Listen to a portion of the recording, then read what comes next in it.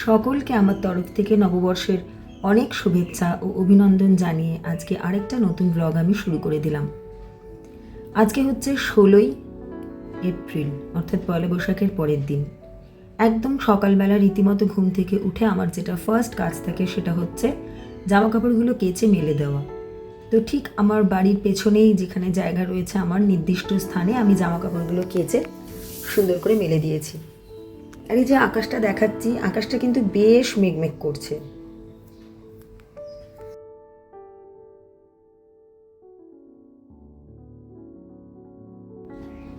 এখন কিন্তু অনেকটাই সকাল, প্রায় সকাল 7টা বাজে।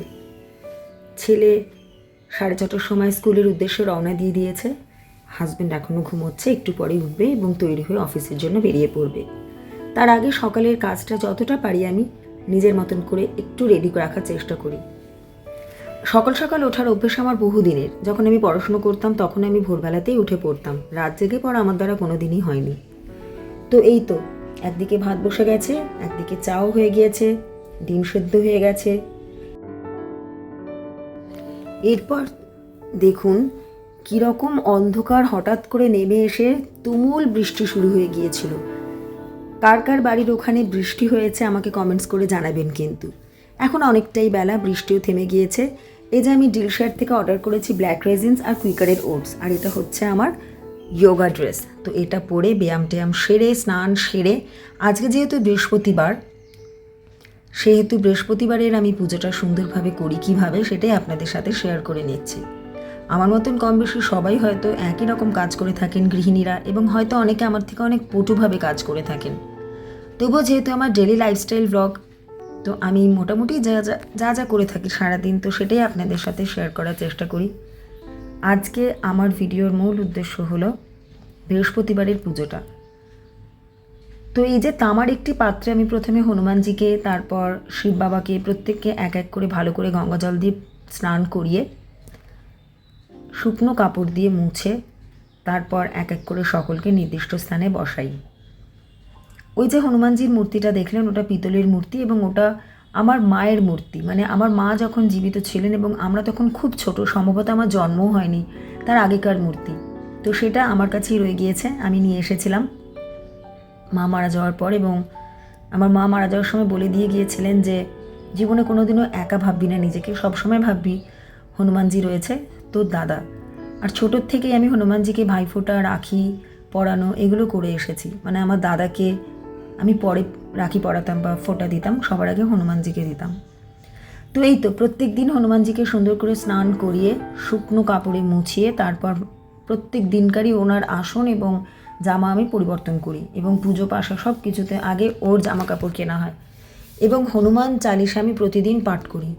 হনুমানজি যে কত বড় মানসিক শান্তি দেয়, মানসিক জোর বাড়ায়, সেটা যারা একমাত্র হনুমানজির পুজো করেন তারাই হয়তো বলতে পারবেন এবং বুঝতেও পারবেন।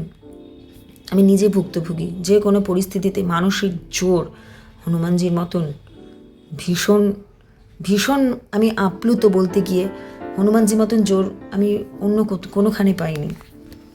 তো এরপর দূর্বা ঘাসগুলো সুন্দর করে আমি বেছে নিচ্ছি দূর্বাগুলো, কেন কি এখনকার দিনে ফুলের প্যাকেটের সাথে দূর্বার সাথে অনেক মুঠো মুঠো করে ঘাস দিয়ে দেয়।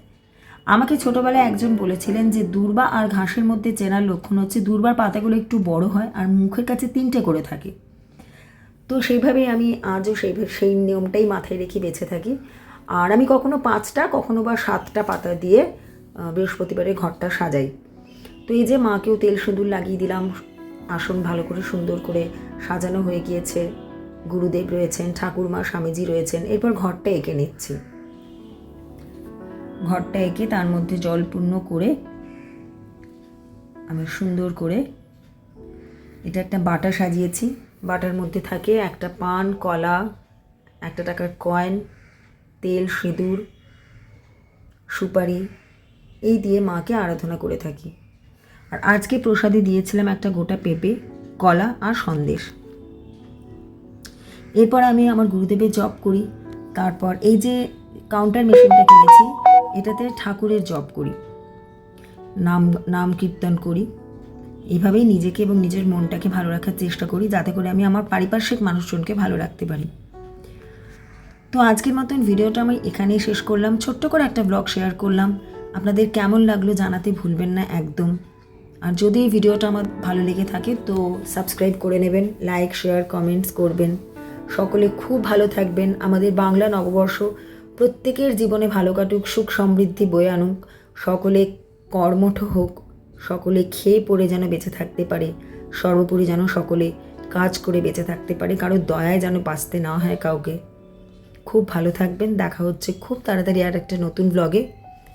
টাটা।